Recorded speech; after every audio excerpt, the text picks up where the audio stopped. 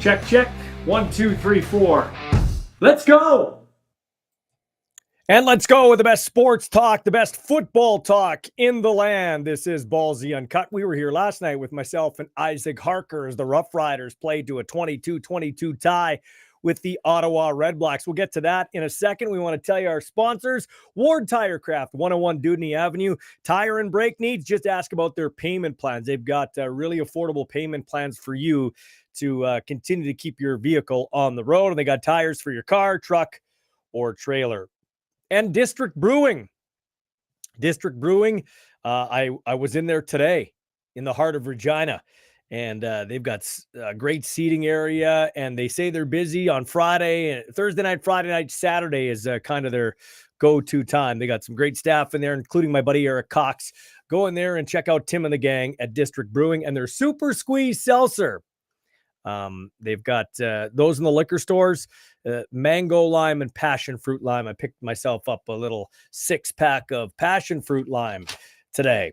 So those are our major sponsors here for this show. Also want to give a shout out to Paul Waldo getting on board. He is with Royal LePage in Regina, the 3-time Grey Cup champ, Regina football royalty. Give him a call if you want to get in the real estate game, 306-502-5355. All right, let's get down to business. Yesterday, Isaac Harker joined me, the former Rough Rider quarterback, the Arena Football League championship game MVP of championship number 33. They just won that in Billings, Montana. Hey, look at this. Got my back scratcher. That's the best invention of back scratcher. You get itchy, you just reach back in there and scratch your back. I love it. Anyway, Isaac joined us yesterday to break down the game, and he's going to join us for next Friday's game when the Riders take on the Montreal Alouettes. The weather was crappy. Nothing was going for either team. At one point, I texted Isaac. I said, this might be the worst football game I've ever watched. But in typical CFL fashion, it ends wildly, it ends wacky, and it ends in a 22-22 tie. Let's talk about some of the positives. The Riders showed a lot of, as Gorilla Monsoon, the old wrestling announcer and wrestler used to say, they showed a lot of intestinal fortitude. They're banged up on the offensive line, banged up in the defensive middle linebacking core and along the D-line, and they gutted out a tough, gutsy 1 point, which could come in to play when we're talking about a very tough Western division. That could be the difference between second and first, or it could be the difference between first and second that you didn't get that extra point. But the Riders showed a lot of grit. That was a gutsy win for the Rough Riders, or gutsy tie for the Rough Riders. Should have been a win. We'll get into that in a second. But the Riders are 5-3-1, and as we talk today on Friday, they're first in the CFL West. The BC Lions on their heels going into a game against Edmonton on Sunday. We're going to hear from Javon Leake, who rushed for 2 big touchdowns against the Rough Riders on 12 carries last week at Mosaic Stadium. Some other positives. Defensive line looked real good for the Saskatchewan Rough Riders, including 2 of the young guys. Caleb Sanders, who I knew about for the last 3 years or so, because he was playing in the Missouri Valley Conference of the FCS, where my kid was playing. North Dakota would butt heads with South Dakota State once a year. And I knew about Caleb Sanders. Lots of great football players down there in FCS. And that's why I say if they ever are looking at expanding and can make it somehow, they got to look to the South Dakota, North Dakota, Montana, those type of places, because that's where a lot of our players come from. Caleb Sanders with a great quarterback sack pushing a double team into the quarterback, and with a great block of a field goal. The Riders blocked 2 field goals. The other one coming off of the arm of Miles Brown, who I've always liked, former Cardinal, bounced around in the NFL. He's found a nice home with the Rough Riders. Mike Johnson, an absolute stud. Malik Carney, who didn't have a great game against Edmonton, has had that tweaked knee, shows up big time for the Rough Riders. So their D-line was real good. Thought the O-line was, it wasn't very good in the first half. Zach Fry, the left guard out of Western, looked overmatched. And the guy who's only in Regina for like 2 weeks, Nick Jones out of Mississippi State, he looked, his footwork was off and he was getting beat pretty handily, and Shea Patterson was paying the price. But whether it was great game planning from Mark Mueller, as Isaac Harker said, he changed things up, a lot of misdirection, a lot of east and west, made the guys on the Ottawa front 7 really stretch their play instead of pinning their ears back. So Great, once again, great change by the young offensive coordinator of the Riders. Whatever they did, it wasn't nearly as bad as what the Ottawa offensive line was doing. They gave up a ton of sacks in that game. So I thought the Riders would probably lose by 10 points just on that alone. And no, the Riders found a way to hang in there and get the tie, which is like kissing Aunt Beatrice right before she gives you those Werther's candies and sends you out the door. But still, a point's a point. So I thought the O-line didn't start great, but was better as the game went on. What else could we talk about? Dante Myers.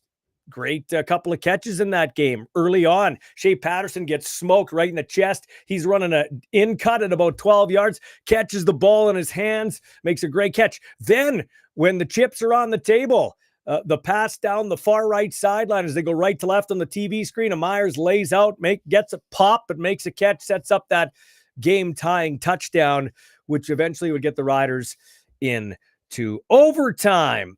All right, so let's talk about what we really want to discuss. And you can weigh in at Ballsy Uncut, X, Facebook, YouTube, even Instagram. All the comments pop up in my page.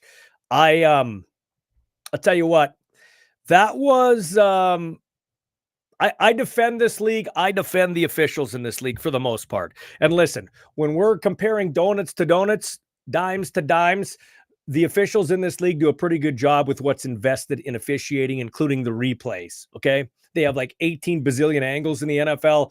We're not privy to that in the CFL. So I still will stick up for the officials.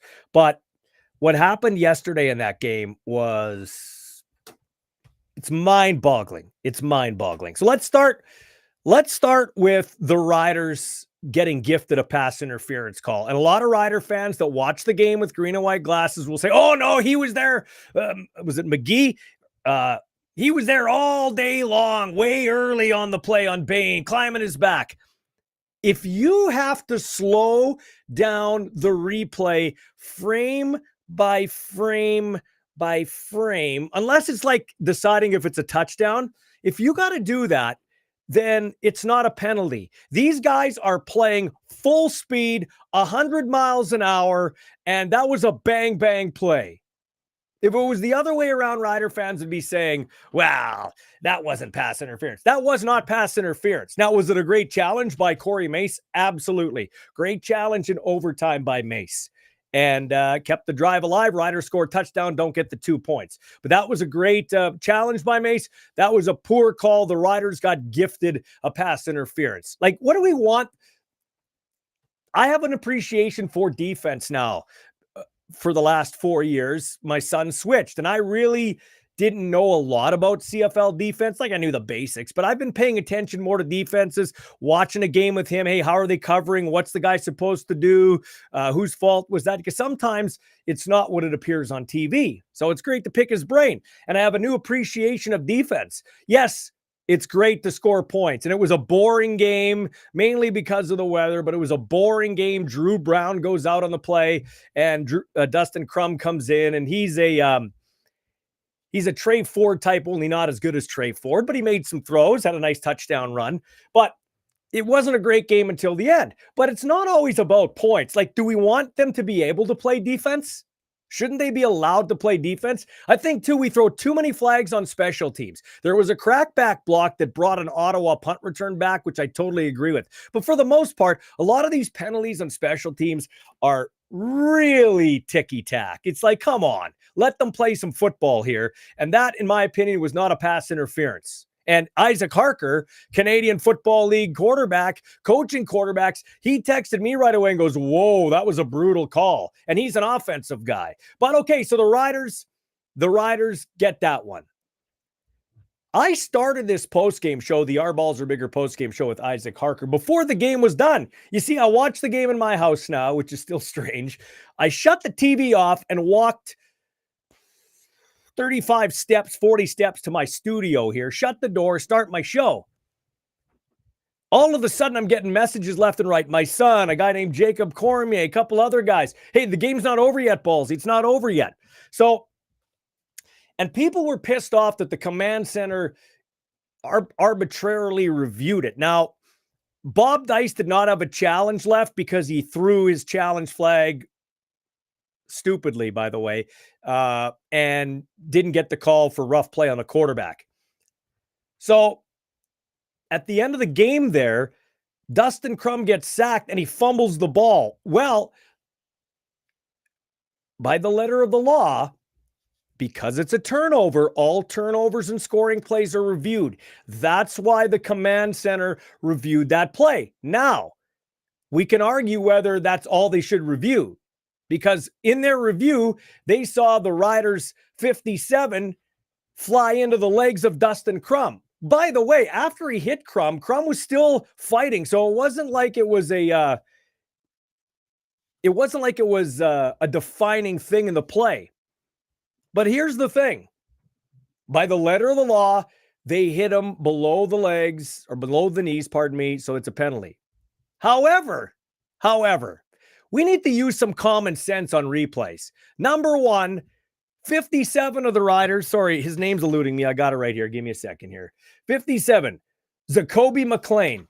He was cut blocked. Cut blocks are illegal. So he was cut blocked into the quarterback's legs. He didn't target the quarterback. He didn't try to hit the quarterback. He got cut blocked into the quarterback's legs. Different from Miles Brown earlier in the game when Miles comes on a twist from right to left, runs the hoop, as we like to say, and he leaves his feet to dodge a block and has no other way but to run into Crum, who unfortunately was injured. That was a penalty. He left his feet. Unfortunately for Brown, he didn't try to injure him either or to hit him low, but he was trying to avoid a collision himself to get to the quarterback, okay?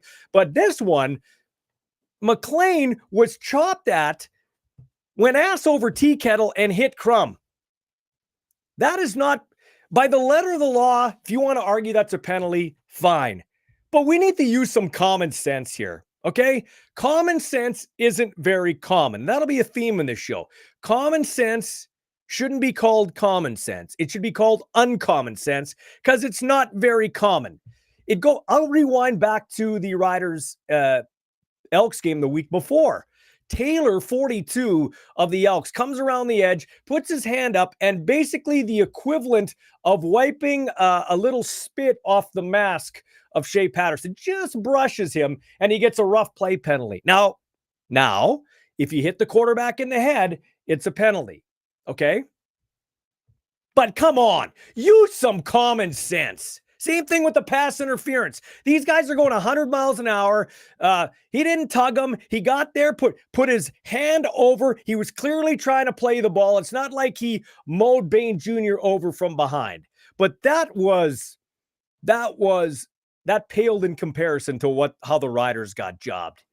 So yeah, the Riders got screwed. The command center is there to help with the calls. It's not there to dictate the game. And if we can't get instant replay right, can we just get rid of it? I'm serious. Can we just get rid of it? We don't have enough cameras invested now in this thing either, okay? Sometimes the shots might as well be from an iPhone in section 28. Oh, it looks like he's in, maybe he's not in. And that's just the way it is. We don't have NFL money. So if you can't totally invest in it right, then get rid of it. And here's the other bullshit thing. I've said this before, you've got me a camera in the room. I could give two shits if I'm looking at the replay guy's back of his head, even though Andy Fantuz looks sexy, and Andy Fantuz is a great guy. I love Andy Fantuz. Sending me a box of Fantuz flakes, by the way, for the set. But if I can't hear these guys discussing what's going on, then what's the point of having a camera there? The whole thing just reeks of half-ass CFL. I've asked the commissioner to come on the show. I actually did it before all this went down, and they're checking a schedule. I want him Monday or Wednesday next week, so I'll get back to you. We'll see if the commissioner's going to go uncut with Ballsy, because I got lots to ask him. And now I don't have somebody yanking my chain telling me you can ask him this or you can't ask him that. He might not answer, but I want to ask him. So that's how that goes. Let's talk about Bob Dice. Everybody's wondering why Bob Dice was upset after the game. He was mad. Well, apparently the story goes there's a guy with a nose ring, some scruff on his face, in a Riders camouflage hoodie that was mouthing off the Ottawa Red Blacks bench, Bob Dyson players, and Bob was mad at that. Well, Corey Mace apparently doesn't know who this guy is. Nobody knew who this guy is. Mace is saying he's not with us. Mark Mueller and everybody got in the middle of it to break up the back and forth. So nobody's quite sure who this guy is or how he got on the field. 3 Down Nation does have a picture. I'll direct you there if you want to go check out, give them some props, I guess. Go check out the picture. That's why Bob was upset. But here's the thing about Bob Dice, and I like Bob Dice. He's a great man. When I asked him to come on the show right away, he did. And he's got his special teams playing well, him and Corey McDermott. Corey McDermott is there's a miss. I was told by a former coach that there's a misnomer going around, or fake news, as Donald Trump would say. That's fake news that Bob Dice runs all the special teams area. It's Corey McDermott that does. But Bob Dice is the head coach, and he's got a special teams background. Here's what I will say about Bob Dice. I on one side of things, I know why he went for the tie. Same reason I said for the Riders, because a tie could come into a big-time play in a tight East, just like it will in a tight West, maybe. So I get why he went for a tie. But you're playing with house money, Bobby. Your team lost. Your team lost. We shook hands, the flag, everybody, half the guys are in the locker room taking a piss. The other guys are shaking their families' hands. And now all of a sudden, we got a clown court deciding we're going back on the field to finish the game. So, Bob, you're playing with house money. And Marcus Sales just dropped a DB that can't, DBs are receivers that can't catch. He just dropped the pass right in the 8. Stapled right in his number 8. He dropped it. You got the Riders on the ropes. They thought they won. Now they're like, just what is going on here? You got a quarterback that just ran for an 18-yard touchdown. You're playing with house money. You lost the game. And now you have it 3rd and 7 or whatever it is. And you went for I don't even know how long. Was it 3rd and goal? I forget. It was 3rd down. Either way, you're going to go for a tie. Here, let me just kiss my sister. Like, come on, Bob. At some point, you got to be decisive. You got to want to go for the victory. Like, same thing here last year. The Ottawa Red Blacks have the Riders on the ropes. They're down near the goal line. They kick a short chip shot field goal, and then inexplicable to take the points, but there's still time left. They then kick it to Mario Alford. They kick it right at Alford, who I don't know if you know this or not. It's pretty good. And he runs it back. Ottawa gives up field position. A couple of plays later, Riders kick a game-winning field goal with Brett Lothar. So, Bob, you're going to have to eventually show some stones if you want to put this team over the top. And this fan base deserves it. Although it was a weak crowd yesterday, mostly about, probably about the weather.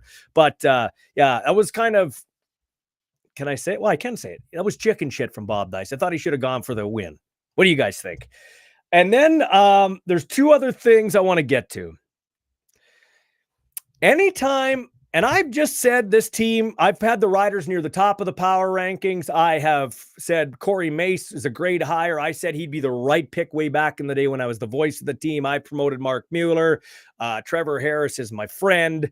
All this type of stuff, okay? Like, I've got friends on this team. Furland, as you see, Bain Jr., who had a great game. Like, I'd like to see them do well for those guys. But anytime I'm critical of this team, I get this. Oh, clickbait. Oh, you're bitter. Oh, but listen, I have no issues with O'Day and Reynolds. I have no issues. They have issues. I have no issues with Jeremy O'Day and Craig Reynolds. But I brought this up. And people said, well, you never said that before. Actually, I have said this before to Roy Shiver's face. I never did it with Tillman because I wasn't covering the team when Tillman was the general manager. I said this to Jim Hobson when we had a nice conversation at his lake before he passed away, that I didn't agree with Ken Miller being on the sidelines when they hired Greg Marshall. I said this on the radio about Brendan Taman, and I'm saying this now. Why is Jeremy O'Day, my general manager, on the sidelines during a CFL game? And if he's going to be there, and other GMs do too. It's not just him. But why is he actually literally within a shoulder's length from the head coach? That, to me, is the most ridiculous thing about football. would Craig Conroy be on the bench during a Calgary Flames game, or Brad Tree living down there on the bench with who's the guy? Craig Berube or Chris Knobloch? Is Stan Bowman going to come stand on the Oilers bench now? Or in baseball, does the GM stand in the dugout? Did Jerry West ever sit on the bench with Phil Jackson or whoever? Like, what are we doing here? Why is my general manager next to my head coach? Your team is full of injuries.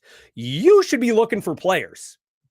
And if you're on the road, I sure hope your personnel people are looking for players, because U Sports and college camps are starting, so that's further down the line, and NFL camps are starting. You need help now. Why are you on the sidelines next to my head coach, who's doing a great job? Why are you looking over? Hey, what are you going to call? What are you going to do? Crazy, man. Absolutely nuts. And then I think there should be a separation between church and state in football. Management, coach. You want to talk after? Talk after. Leave me alone. Let me do my job. And by the way, I'm doing my job quite well. Then there's Craig Reynolds. So I've never done a schedule. I've never been involved in schedule negotiations, so I am not an expert. But my question is this. I'm going to assume Craig Reynolds signed off on this schedule, okay? What did Craig Reynolds get in return? Like, what did they say? Okay, we'll give you this game, or Saturday and Sunday games. But you need to play 3 games on short weeks against teams coming off buys. Montreal, Ottawa, and now Toronto. Montreal, Ottawa, and Toronto is going to be next. What? Who signs off on that schedule? Now, maybe it's not that easy, and I'm going to assume it's not. I'm going to assume Craig Reynolds isn't a pushover. Everything I hear from the commissioner and everybody else is Craig Reynolds. He is the guy we go to when we need advice and stuff. And I've never had an issue with Craig. I have never had an issue with Craig Reynolds. I save all the receipts. I have never had an issue with Craig Reynolds. Is he an introvert? Does he not like talking? No, he doesn't like that. That's that each to their own. But I hope he stands up for his football team, because if he doesn't, he's done his team a disservice. Now, there's one thing about playing 3 games in 15 days. Everybody goes through it. I get it. But to play 3 teams, 3 weeks, short weeks, Eastern teams, Montreal coming off a bye, okay? Ottawa coming off a bye, and they're going to go to Toronto with Toronto coming off a bye. All out East. Listen, the Winnipeg Blue Bombers have got it figured out. They've been in the last 4 Grey Cups. They are what the Riders were under Jim Hopson off the field too, and on the field. Kudos to them. But the team that drives the league are the Saskatchewan Roughriders. They are. It's undoubted. The jersey selling, everything, the ratings, all of it. It's true. Bombers are a close second, but I'd say it's the Riders in terms of the fan base. But you can't be a martyr for the league. Yes, we'll go do the touchdown Atlantic. Yes, we'll do it, the commish. Yes, we'll go out early and throw the parties. Toronto Argos just showed up and played the game like it was another game. Yeah, we'll sign a few autographs. Riders, I was there for the 2. The Riders had to do everything. Parties, everything. Okay? Now, did they have to? I don't know, but they know heavy is the head that wears the crown. If we're going to promote the league, the Riders are the beacon. They are. Look at the game last night. There was almost as many Rider fans as Ottawa fans there. So, yeah, heavy is the head that wears the crown, and you're going to go do things for the league. But do things for the league, yeah, you got to come here on a Thursday and play in Montreal because we need fans. You got to come to Ottawa on a Thursday because we need fans. You got to come to Toronto on a Thursday because we need fans. No. That's not, unless they got some sort of the schedule. That's what they wanted, because they wanted more of these games and more of these games, or a game during exhibition time. I don't know, but I'll tell you what, I sure hope that the Riders got something in return for what their team is going through right now, because crazy. And that was a heck of an effort by the Rough Riders yesterday. I didn't think it'd be even close, to be quite honest with you. Here's the other one I get. I got to address this. I know it's a bit of a rant, but That's what it is. So check this out. Anytime something like this happens, we hear, oh my God, what a Bush League. I can't wait till the real football starts in the NFL. Oh, what a joke of a league. Okay, I will give you this. What happened yesterday in that game and what happened the week before in Montreal with that BS worst football video review in the history where it was a Hamilton fumble, but in Montreal recovered it, but they gave it back to Hamilton. Google it, you'll find it. Okay. There are some bad calls in this league. And what happened last night, the CFL with kind of waning interest or, could go either way with the health of this league. They can't afford that stuff. They really can't afford that. Okay. Whereas the NFL can, but pump the brakes on CFL is Bush League and the NFL. Oh, that's the real football league. Just off the top of my head, did the lights ever go out in the Grey Cup? Did we ever have the lights go out in the Grey Cup? Oh, we didn't. Did we have that in the Super Bowl? Oh, we did in New Orleans. Delayed the game for like 54 minutes. Do you remember that? Seems Bush League to me. Have we ever, because of some, I don't even know how this happened, but have we ever had forced into a situation where a receiver had a quarterback an entire game in the CFL? Have we ever had that? Oh, we haven't. In the NFL, we have with the Denver Broncos. Really? Seems kind of Bush League to me. Hey, have we ever had replacement refs that goofed up at the end of a game, costing a team a game? Replacement refs. I don't remember that in the CFL. Oh, wait. Did that happen on Monday Night Football with the Seahawks and the Packers and the Fail Mary? Really? That seems kind of Bush League to me. Hey, did we ever have a botched coin flip? The coin flip, have we ever had an overtime botched coin flip? We may have, but I can't remember it. Hey, didn't that happen in a Thanksgiving game in Detroit and Pittsburgh, where I think Jerome Bettis made the call, but the ref called it the other way, and Detroit got the ball and scored a touchdown because they hadn't changed the overtime, or scored a field goal. They hadn't changed the overtime rules yet. Wow. That seems kind of Bush League to me. How about as a Chargers fan? You see the Chargers helmet behind me there? Yeah, the Chargers helmet. 2008. I challenge you to YouTube it. YouTube Ed Hockley, Chargers Broncos. Ed Hockley, the lawyer, the guy with the big pipes, big, huge pipes. Chargers are winning the game 38-31. Broncos are driving for the game-tying touchdown. Jay Cutler rolls out to his right. I remember it like yesterday. Goes to throw the football, and it's an empty hand. So his arm goes forward, but the ball doesn't. Chargers recovered.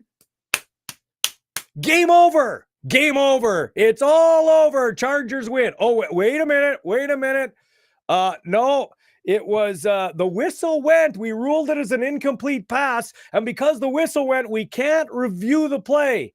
Broncos retain possession.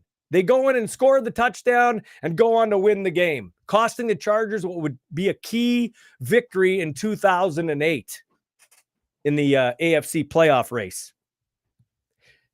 Seems kind of Bush League to me. So don't come on here, or don't go, Mr. Dave, the NFL fan. Oh, yeah, can't wait for the NFL to start. That CFL is real Bush League. Actually, to be quite honest with you, with the money they spend in the NFL and the NCAA, it's way worse than the CFL. Having said that, the NFL can get away with it. They have a longer leash because they're the richest sports league in the world, and perception is everything, and facts are negotiable. I'm just here to add a little clarity to the thing. So don't say it's a Bush League. That was Bush League last night. There's no doubt about it. It's a joke, but you get a joke all over pro sports. NHL hockey's got some bad officiating, Major League Baseball, but I love the human element of it. If I had my druthers, I'd get rid of instant replay because they fucking get it wrong anyway. You waste our time and you fucking get it wrong anyway. Anyway, we got a great show coming up. We're going to hear from Mark Steven, the voice of the Calgary Stampeders, getting ready to take on the Argos tonight. We're going to hear from Javon Leake, the Elks going for their second win in a row this year. Did I just say that? They're going for their second win in a row, second win this season against Jake Dolegala and the BC Lions. And we've got Colton Clausen, former Thunder and Husky player. He's one of 7 former Huskies that will be representing Canada at the World Flag Football Championship later this month in Helsinki, Finland. We'll catch up to him. So he's getting ready to leave for Finland and a trip with his girlfriend before the tournament. This is Ballsy Uncut, and it's brought to you by District Brewing and their Super Squeeze Seltzers, Passion Fruit Lime and Mango Lime, and our friends at Ward Tire Craft, 101 Dudney Avenue. By the way, I don't represent my sponsors in terms of my opinion. They just sponsor the show.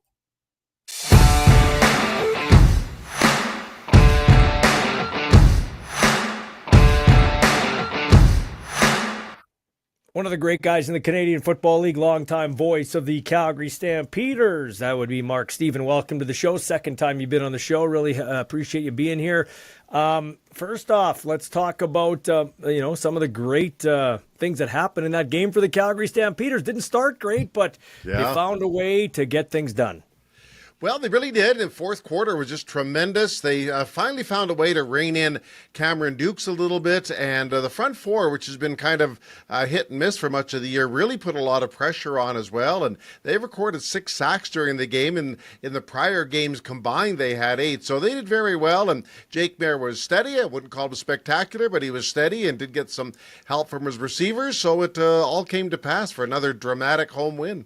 So tell me about that D-line, because I have watched every Calgary game, of course not as intensely as you have, but they seem like that D-line does seem pretty athletic and pretty active. I think sometimes we put too much onus on the quarterback sack total. Oh, I agree. I think that's fair. Harassing a quarterback or getting him off his spot, there's no stat for that, but that counts for something too, to make a guy move and do things he doesn't want to do. And, they were not really doing that in the Toronto game, I got to be honest, until they started to make some adjustments at halftime and close down some of the lanes. But I think it's a very good front four, the way I see it anyway, with Vaughters and Julian Hauser in the end, and Mike Rose inside. And someone that they have found and have really fallen in love with is Clarence Hicks, a gentleman from UT San Antonio. They really like him, and his teammate that they also recruited out of the same school, Charles Wiley, who hasn't been quite as prominent as Hicks, but nonetheless, it's a good front four, and I think they're certainly going to continue to put pressure on the quarterbacks. Do we know what the status is for Dukes as we talk right now? Because he didn't practice early on in the week with the Argonauts. No, I don't. I've seen the same thing, that he's not going to be able to go with the practices or the last couple of days. What he'll do tomorrow, I don't know either.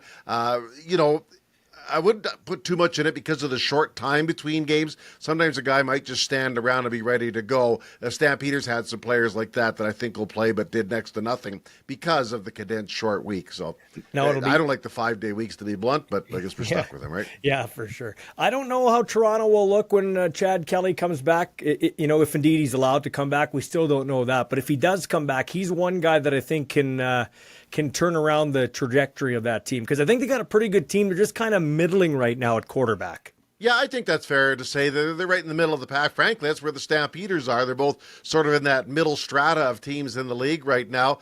It'll be interesting to see.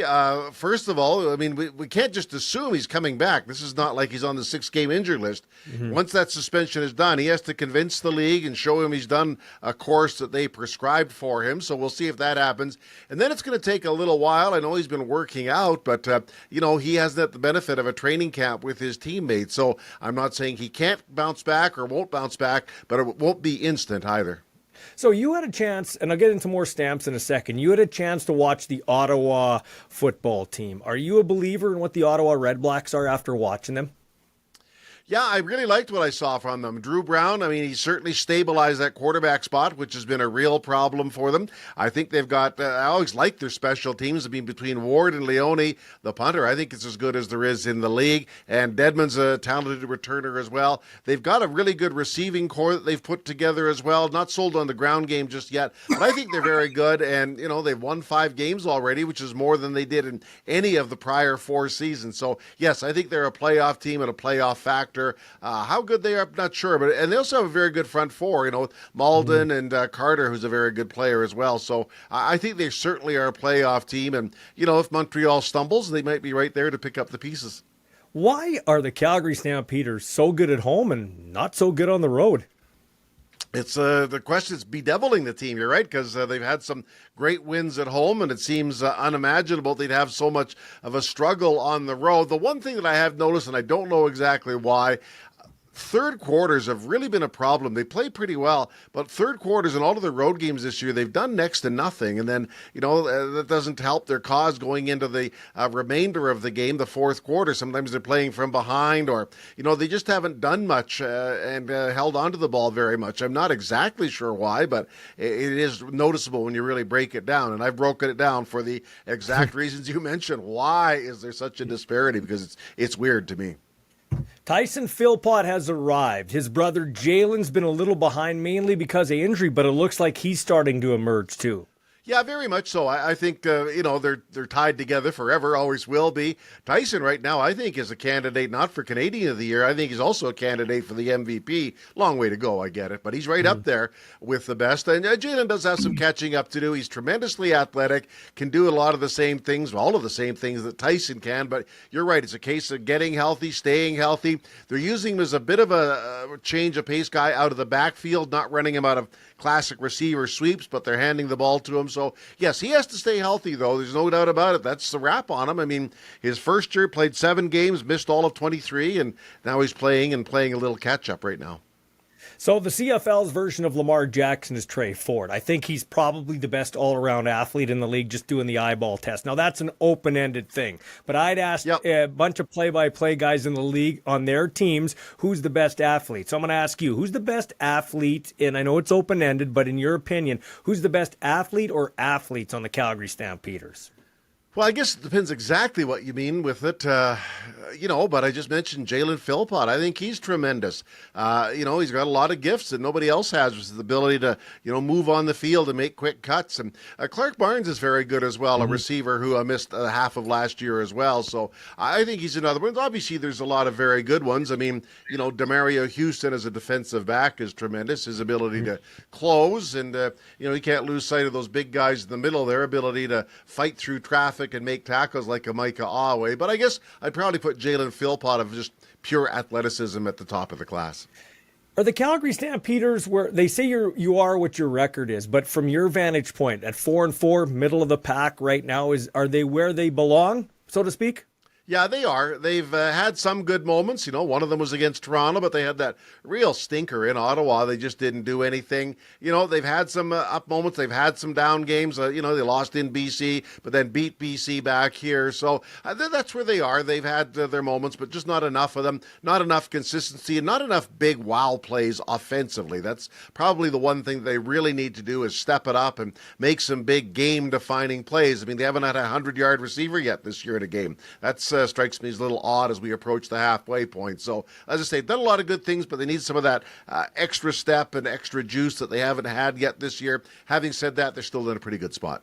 But you know what? It's funny because we mentioned already Clark Barnes, a Guelph receiver. Man, there are a lot of good Guelph receivers in this league, right? You got Kean Schaefer-Baker, DeAndre Smith with the Hamilton Tiger Cats, Clark Barnes there. Jalen Philpott, Mark and Michelle had a big game. Eccles even had a nice big catch. Like, there are some talented pieces in that Calgary receiving core.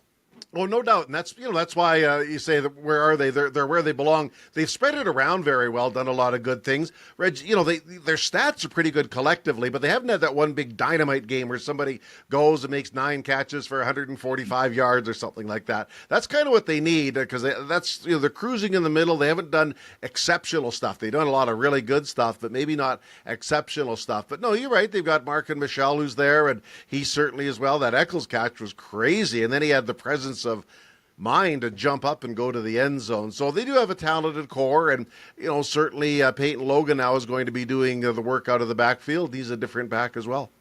Let me ask you, you've been in the broadcast booth a long time. In your Rolodex of a mind, can you think of a year where we're reaching the midway point where it's, you got Montreal, okay, but I don't know that they're not like a 16-2 smashing everybody type of record right now. It seems like this is as wide open as it's been for a long time.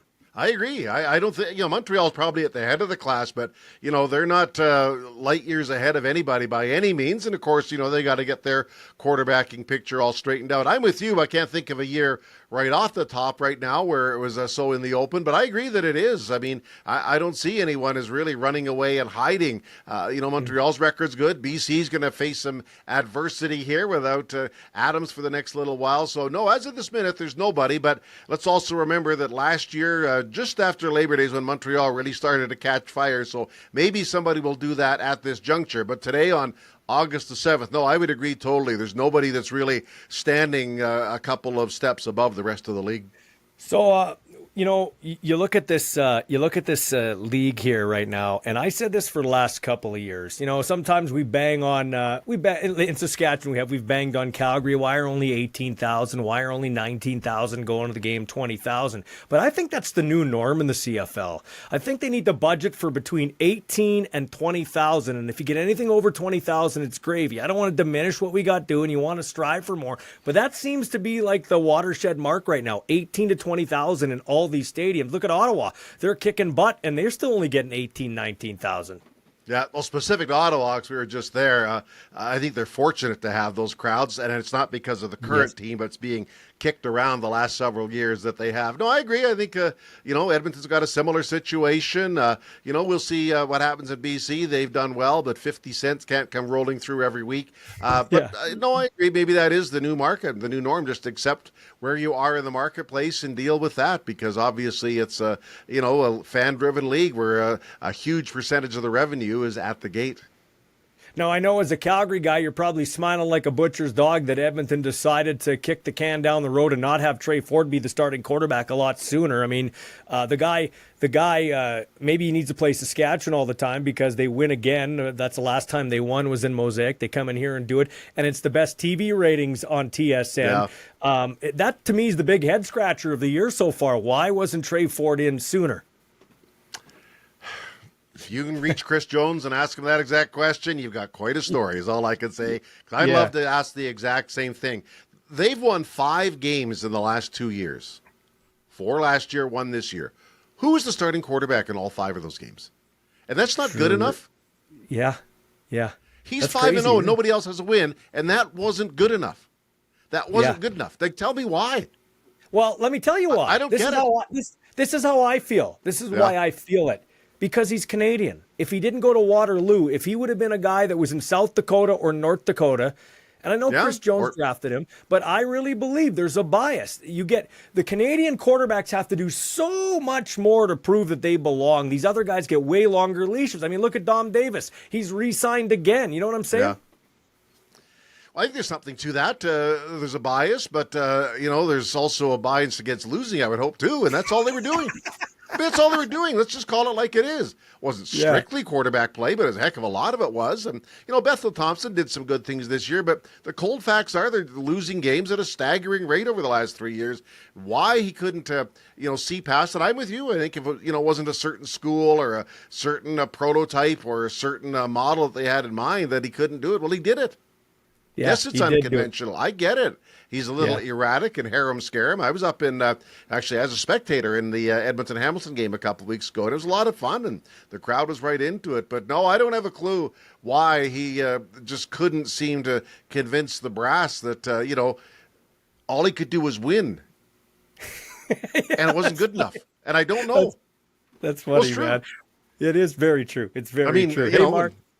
I love this, man. It's been a great time. Good luck in Toronto. See if the Calgary Stampeders can get a big road win, and we'll have you on again sometime in the future. Yeah, no, see, it happens. Toronto, I know they get a lot of criticism for the amount of people that are in the stands, but those that are there, boy, are they boisterous. It's a really good place once it gets rolling. So see what happens with the Stamps there.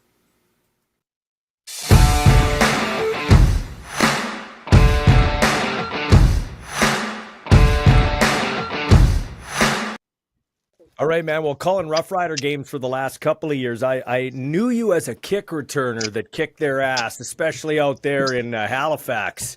Yeah. But we got to see the running back style here against the Rough Riders. Tell me about that game. How good did it feel to bust off those 2 runs? Man, it felt great just getting the run game going again, just being out there to be at running back again after so long, just playing return. So just that whole game, it just kind of took me back a little bit to my roots at the position, and it just felt free running like that and just scoring touchdowns with my guys. Yeah. So when you signed in Edmonton, was that kind of one of the enticing things? They'd said you'd get to play some running back, or did you just fall into this because of injury or? No. When I first signed, the coaches, J-Jack, Coach Jones at the time, they was telling me that I was going to be a feature back and I was going to get some playing time on offense. So this was always the plan. It just we finally got it going. So, it was always in the plan when I first signed with them. So what's it like taking a punt return to the house versus a long run? What's better, taking the long run or taking a punt return? Or is that like picking your favorite kid? You can't. I think a return, just because it's more exciting. Not that a return doesn't happen too much. It's not too much that you get to see a return. It's not like it happens like every game. So I feel like a return just because of how special the moment is with that. But it's not like having a long run at running back too. So, but I would go with return if I had to pick. I had Pimpleton on from Ottawa, the new guy there. He's got 512 yards in 3 games. And he said he loves that about our game. Our game, meaning your game too, here in Canada, because in the States you can't really return the ball anymore. So just talk about that from your perspective and how cool it is to do that up here. Yeah, when I first came up here, man, I was super excited when I found out about the rule with the halo on punt return and having to get 5 yards before they could touch us. And I felt like that was cheating for a returner. Just, if you're a fast guy or a shifty guy, just having 5 yards of space just to deal with. Yeah. Kind of giving you a head start. So I was excited about the rule. It's definitely different from the league as far as like seeing the returns, a lot of fair catches and touchbacks in the NFL. But, now they're kind of changing it up a little bit in the NFL with that new rule on kick returns. So, but just seeing that stuff, hopefully they could bring returns back. But our game, CFL, is exciting just because the rules like that. Did somebody have to explain to you, or what was it like when they explained to you, hey, when there's a kickoff and if it goes wide on a field goal, you can run it out and run it back? Are you like, what is going on here, man? Yeah, when I first found out about the CFL, I was watching the games. Like the first game I watched, I was so confused because I'm just signed with this Toronto. I'm wondering what I'm about to go into. So I had to look it up. So first seeing the game, I'm like, oh, this is different. But I was excited because I'm like, he's taking out a missed field goal, so a touchdown or something like that. So I'm like, okay, that's pretty cool. And just all the other rules that I found out about, the waggles, I'm like, oh yeah, this got to be an exciting league, stuff like that. Yeah. Hey, Javon, they say you're Tyreek Hill fast. Everybody knows that guy from the NFL. So I said this to Pimpleton. I said, take me, because that touchdown he scored against you guys where he runs a crossing route, outruns the angles, goes down the sidelines. I know that's a bad memory, but what I said to him is, take me inside your cleats. What's it like when you're in those cleats?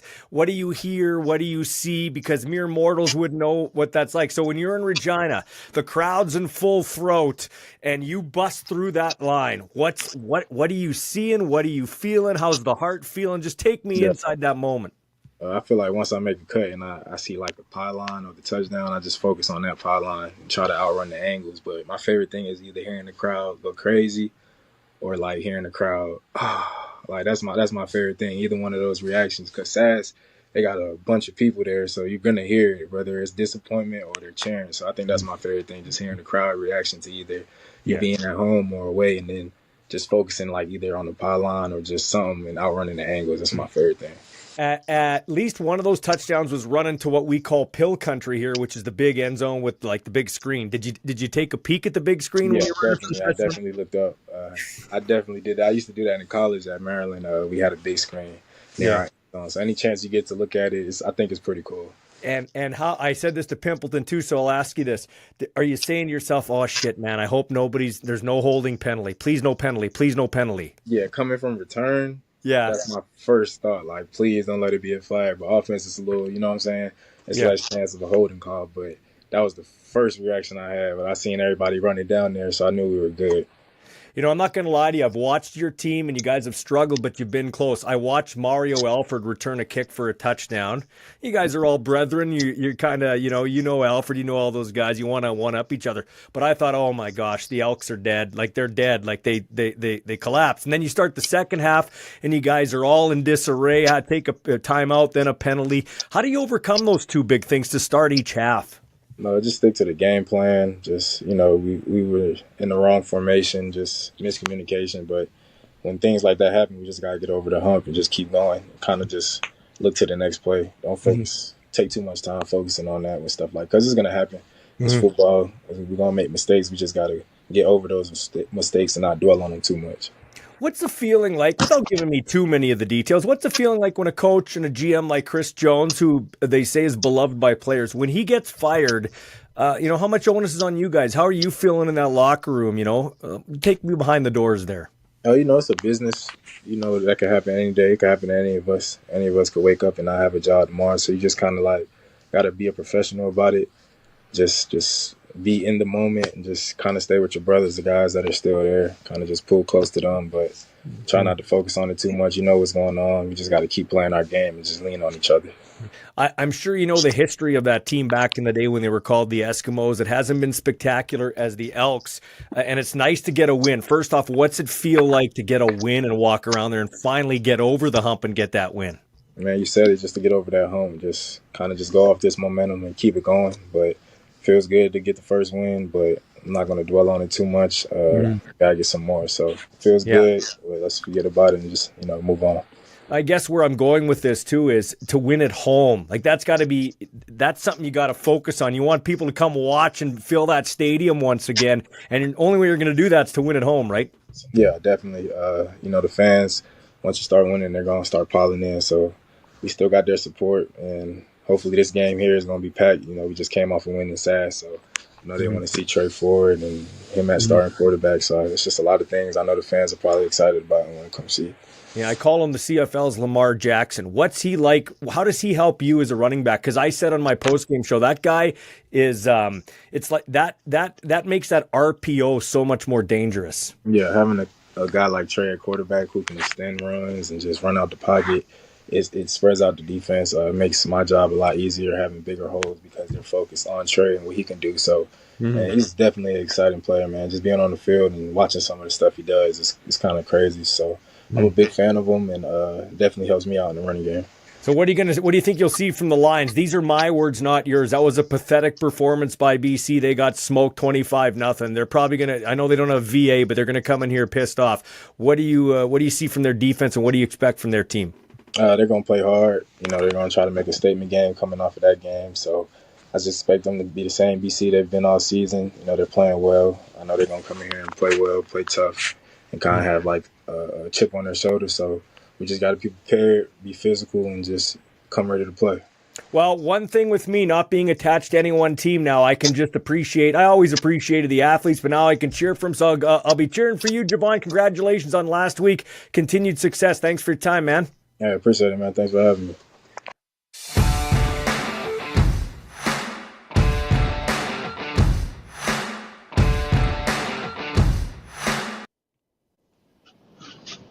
All right, here with our friend Colton Clausen, former Thunder, former Husky player, and you're in a tie. What are you doing in a tie?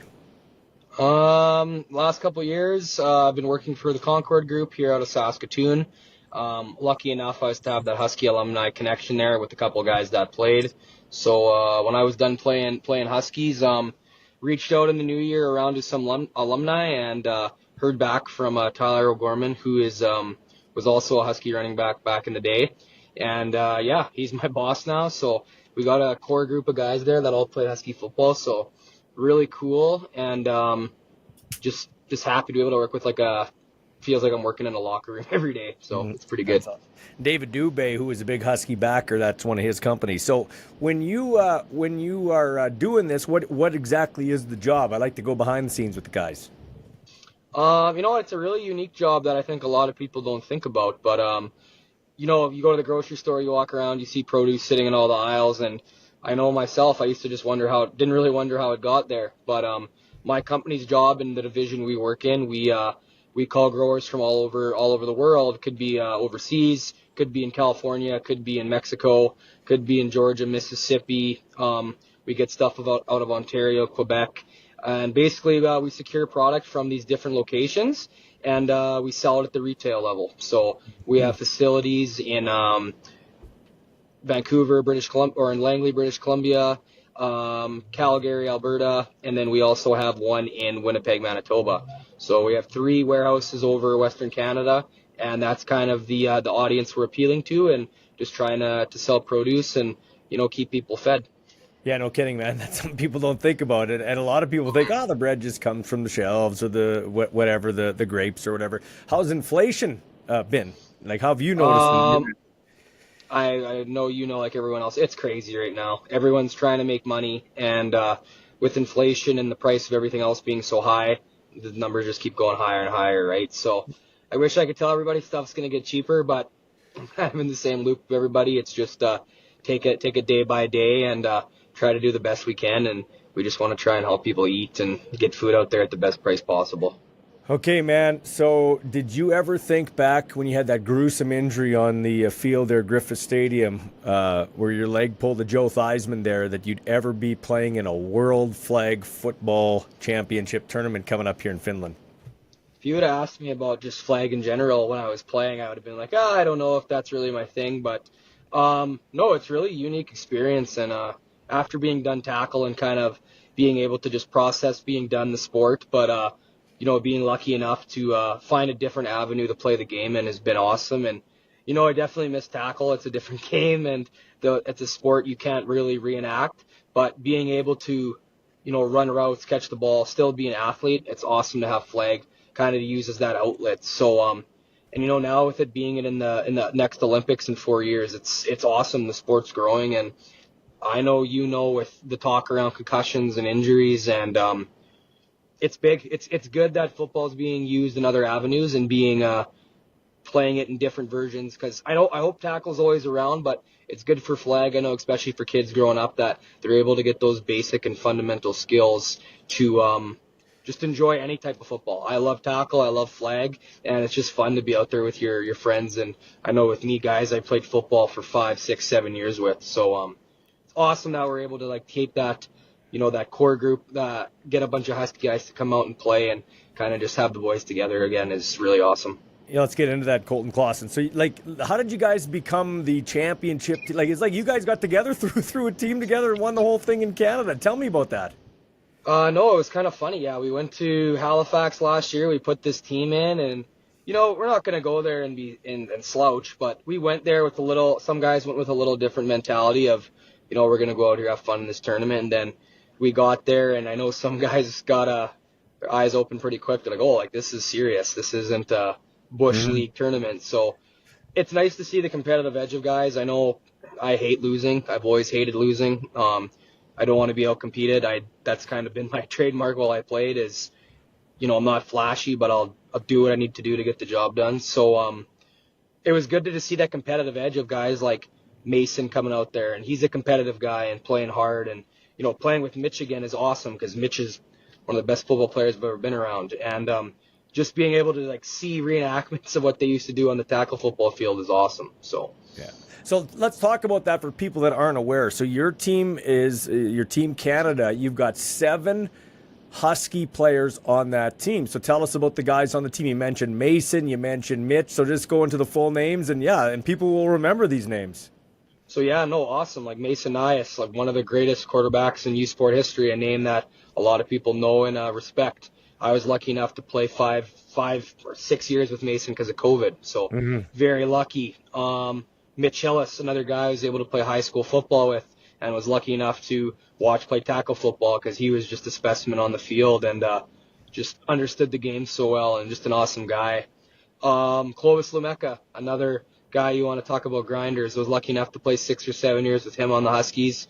Guy's the definition of hard work. Guy worked his way up the ladder, and his last few years he was just a stud for the Huskies. So awesome to see him coaching there now and being part of the program still. So glad to have him part of the team. Work out with him almost daily, so that's awesome. Chad Braun, another guy, 5-year Hilltop guy. Wish could have played more Huskies with him, but it's before this eligibility thing changed. So Chad had a quick 2 years with the Huskies, but I trained for years with Chad before at the Ignite facility when he played Hilltops, and I'd move home in the off season. And then lucky enough to play 2 years of Husky with him, and he trains with me too daily. So we have our little alumni group there. Nixon Vole, another guy. I think I played 3 or 4 years with him. Quiet guy.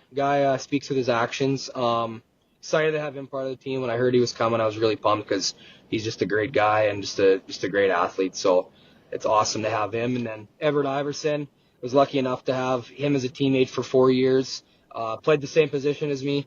Played that inside slot position. So got to know Everett really well. And I know he's quit with his tackle football dream, but it's awesome to see him playing in this different avenue in flag football. I feel like who else am I Kyle missing? Seaman's on the team. And there's another one. I forgot Kyle Seaman. So I have 2 of the quarterbacks I was lucky enough to play my 7 years with when I was on the Huskies. So Kyle, too, coming. We have 2 unbelievable quarterbacks with us. I think Kyle's one of the most underrated players I've ever played with. Unbelievable quarterback, unbelievable human being. And, we just have a bunch of hard-working blue-collar men now on our team just working and awesome. Playing flag on the weekends. And, no, it's awesome and I think another thing, too, is nice to see that, we're still athletes. I think it still goes to show the work that Joel and Ignite and those guys put in and just the skills we're taught by all these coaches and strength conditioning guys around Sask, right? So, yeah. Unbelievable to kind of have this Isn't group. Lipinski coaching too? Is Lipinski the coach? Joel's coming. Joel will be helping with as a defensive coordinator. Yeah. Chad Palmer will be coming, be repping kind of the head coach position, and we have Michelle Keene as our head physio. But a couple guys on the team have girlfriends, wives that are physios, so we're going to be in good hands over there. Awesome. And you guys are kind of making almost a trip of it. I know Mason Nias and his girlfriend went to Paris, and they're doing some things before, and you and your girlfriend are heading out here tomorrow. So it's good to make it a life experience type of thing, too. You ever been to Finland at all? I have never been out of North America. Well, that's a lie. I've never been to Europe before. So okay. Excited for this. Going to go out there. We'll be out there for 2 weeks before the tournament starts. So go out to Barcelona, and we're going to fly up to Vienna for a few nights. Then we're going to train up through Austria, stay in Salzburg for a night, and then we're going to train up to Berlin for 4 days. So fun trip. But once the 22nd hits, we're flying out to Helsinki for training camp, and I know once guys get there, they'll be locked and loaded and ready to go. Awesome. So what do you think, what does the tournament look like? Can you fill us in on what that tournament's going to look like? It's kind of interesting. 32 teams in the tournament, so double what they usually have. So I think with it now being an Olympic sport or accepted in the Olympics, they're going to try and really, really blow it up here in the next 4 years. But there's pool play, so I think it's all the way from A to E for pools. We have Singapore, Italy, and Finland in our pool. Unfortunately, we haven't received the schedule for that day yet, so we're kind of waiting to see. We know who's in our pool, but we don't know who we're playing first, second, or third, so still waiting on that. But we have some preseason games against Finland, and I think we're playing Germany as well, so we'll get 2 or 3 preseason games in before the tournament starts. So hopefully everyone can get their legs under them, and some guys will be having some drinks and some good food, so it'll be good to sweat that stuff out for 3 or 4 days. That'll be awesome. Any chance that any of you dudes could play for Canada in the Olympics in Los Angeles? You know what? We've talked about it and joked about it, and no one really knows the I know for a fact from like a quarterback play, like Mason's a young guy and can still play. I'm not saying none of us could, but I just don't know how the committee is going to work with tryouts and in terms of, because if we go and do well in this thing, I think at least guys on the team should get a tryout. That's the only thing I can kind of guarantee. But, I think with I don't know what America's going to do. You could see them getting ex-NFL guys or maybe doing that when that stuff goes around. But honestly, I think if we compete well, I think guys will get an opportunity to try out. So I know I'll be 31 when that time comes. But just to have the opportunity to just represent your country is awesome. Lastly, I've banged on this a long time. It's kind of where, it's kind of weird with Canadian football when we translate to the CFL, because it's all where your position is, right? Like if you're playing a certain position, you have a chance to make it. You mentioned Mason Nias there. No disrespect against Kyle Siemens, but I think Mason Nias, he decided. He kind of got two different stories from the Riders, and so he decided just to go be a coach at UBC and be a high school teacher, and I think he made the right decision. But it's pretty sad that a guy like that doesn't get a legitimate shot to play in the CFL when they recycle some of these guys. Because I really believe, and people are going to think I'm nuts, I think he has a lot of what Nathan Rourke has. I really believe that. Mm-hmm. No, and it is unfortunate. And, you see a lot of guys, I played with a lot of guys, no disrespect, but there's a lot of times there's guys you think are going to play either step away based off, job opportunities or family opportunities. And, no, it happens a lot more than you think, and it's unfortunate. You look at a guy like Trey Ford, who is a freak athlete, and nothing against Trey Ford, but just looking from a pure quarterback number and just being a pure passer as a quarterback, Mason is unbelievable. And it sucks when these guys don't get chances. And you even look at Nathan Rourke. No one really talked about him until he started playing, right? And I think there's kind of this stigma, and we all see it. Edmonton's won, 4 games in the last 3 years? Who's been their starting quarterback when they've done it? Five, and it's all been Trey Ford. That's the one thing I laugh at, and I can't say anything, but you're not telling me as a coach or a GM, someone's got to be seeing this. And Nathan Rourke, stud. Look how good BC was doing when he was there. No effect to VA. He's also a great quarterback, but Rourke was unbelievable. Trey Ford, great quarterback, amazing athlete. Starts his first game and wins. I don't know. I don't know how the stigma ends, how you get away from this, because it looks like the people that are in the positions of power making these decisions are all on the same board. So, no, it sucks. There's a lot of guys you play with, and Mason's one of them that you're just wish the guy got an opportunity, and kind of sucks, but he made a life decision. And the one thing with Mason, he'll have a smile on his face with no matter what he's doing, right? So, yeah. 100%. Hey, man, great to see your smiling face. Have fun, safe travels, and go win a gold medal. Thank you. Yeah, thank you, Ballsy. Hopefully we can talk after we maybe hosting a medal. That'd be awesome.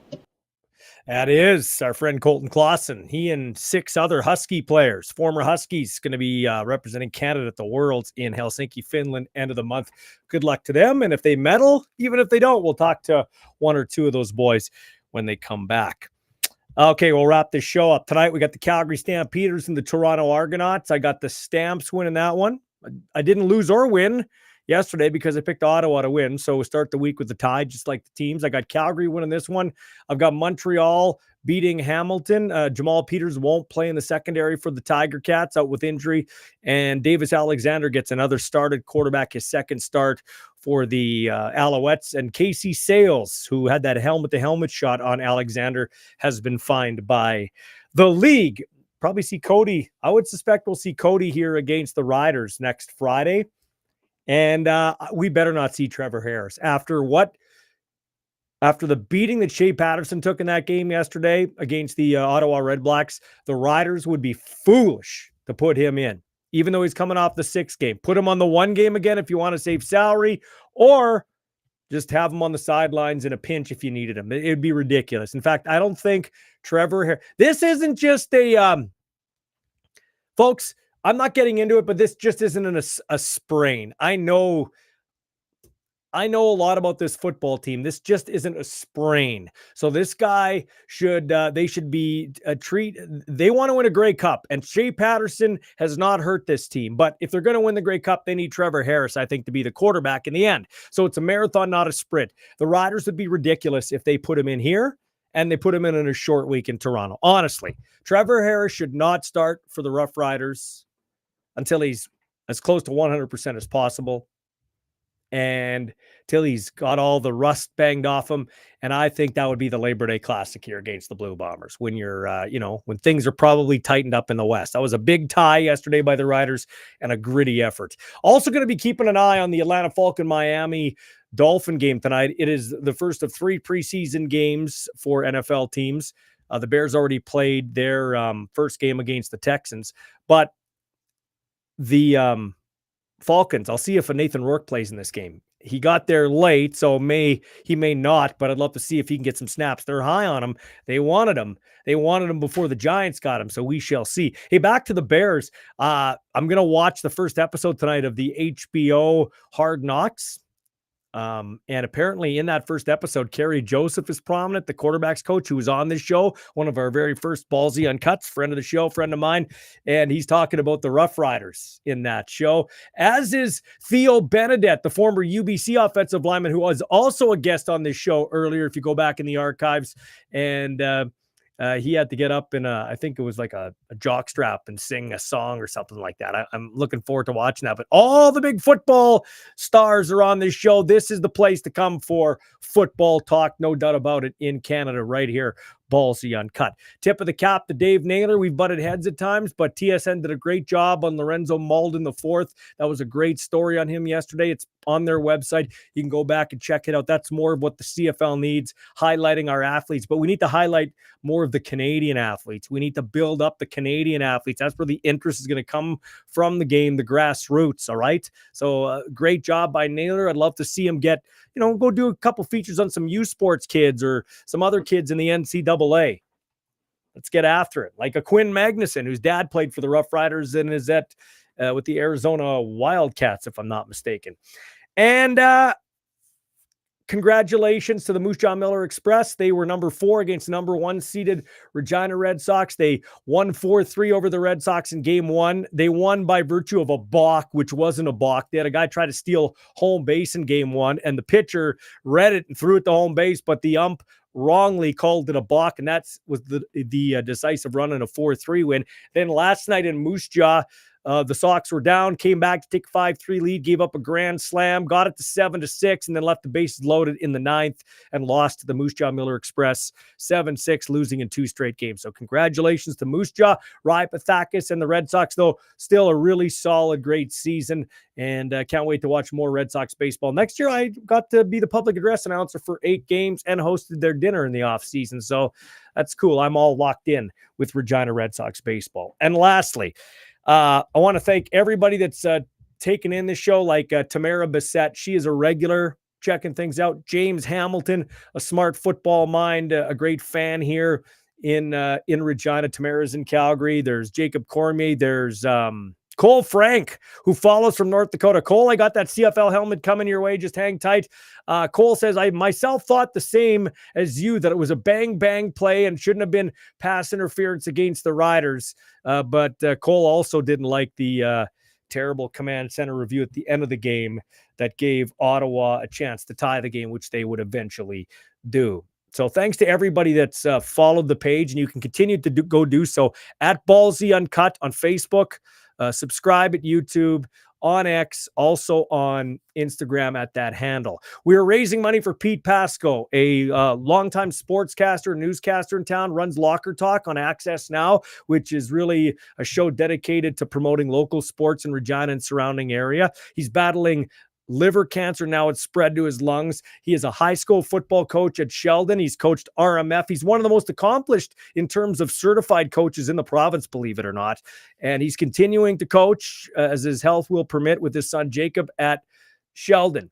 We're raising money for him. We've got that autographed Logan Furlan jersey, autographed by the team signed football that Furlan got done for me. Thanks to Logan for donating the jersey. I got the football there. I also got 2 tickets to the Labor Day Classic versus the Bombers and 4 tickets to the AGT Lounge for the Riders home opener on next year. Sorry, from my friend Murad El Khatib and the Regina,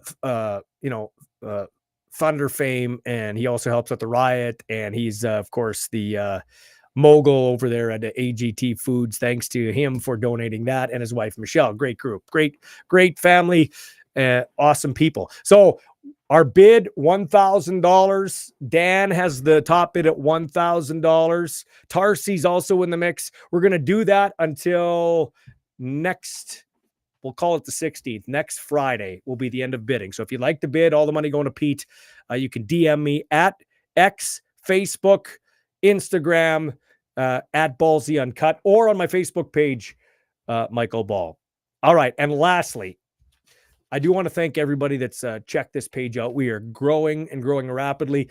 in the last 10 days, we've had 44,000 interactions just on the Facebook alone, not X, not YouTube.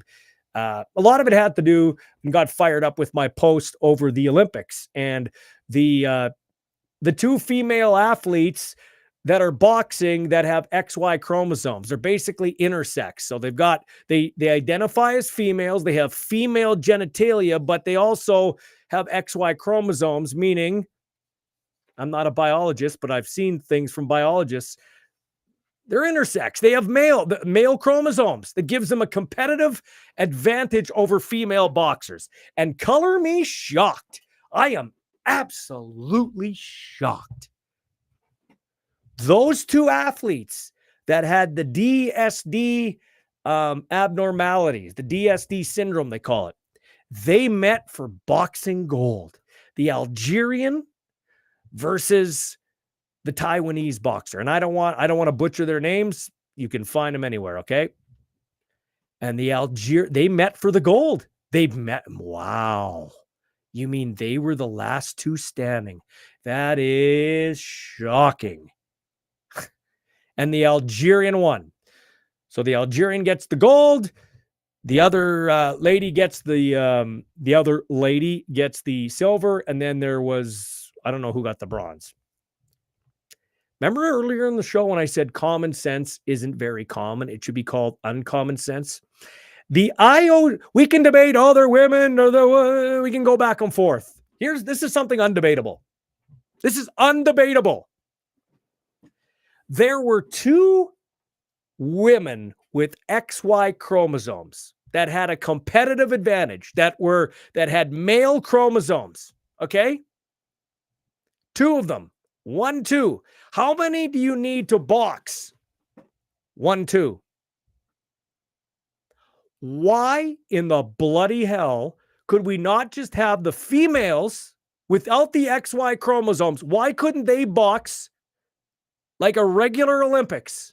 Okay, like we've done for years and years and years, and have these two athletes, no fault of their own because they're abnormal with their DSD syndrome, their abnormalities. And I'm not saying that as a negative because people will say, oh, you're calling them abnormal. They've got abnormalities. Everybody's saying it. So they've got abnormalities. They've got the DSD syndrome, XY chromosomes. Why couldn't we have those two who, color me shocked, met in the final? Why couldn't we have them all along just box today when they actually fought right at the end of the Olympics? Why couldn't they fight for gold? One gets the gold, one gets the silver, which is exactly what happened. And then you wouldn't have people like me weighing in. Okay? But no, common sense isn't very common. You would have been able to promote what they're going through, highlight what they went through, maybe keep them from all the negativity where they're crying and all this other stuff and going back and forth on social media, and then just have the regular females box. And by regular, I mean the ones without abnormality, the syndrome, the DSD syndrome. Their words, not mine. Like, am I the only one that's smart enough to realize this? Should I be running the IOC, one of the most corrupt organizations in the world? What are we doing here? Like, what are we doing here? And I can't believe, for the life of me, I've been trying not to argue, but I've had more women scold me over this. For 20, 30 years, you've been fighting for women's rights. The soccer team should be paid as much as the men's team. And why did men's football in college get so much and everybody else doesn't get? And this and that and WNBA and all this stuff, which I respect. I've called Regina Ride football. I've called the Regina Rebels hockey. I have a daughter. But are you kidding me? The ladies are just going to give up their rights like that. Well, I don't want to say anything because people will attack me. So yeah, I guess it's okay. No, it's not okay. That was not okay. That was not okay. Anybody that thought that was okay in the Olympics needs their head examined. And call me whatever you want to call me. And I ain't doing it for clickbait. It's time for somebody to say this is stupid. And that was stupid. Anyway, that'll do it for my time. I'm hoping to get the commissioner on next week, waiting to hear from his right hand man, Lucas Barrett. He said he's going to check his schedule and get back to me, and we'll ask him all things about the command center, the league, a 10th team, whatever. You can send your questions and I'll ask him, and we'll see if he'll go uncut with me. Have yourself a great weekend, and we'll talk to you soon.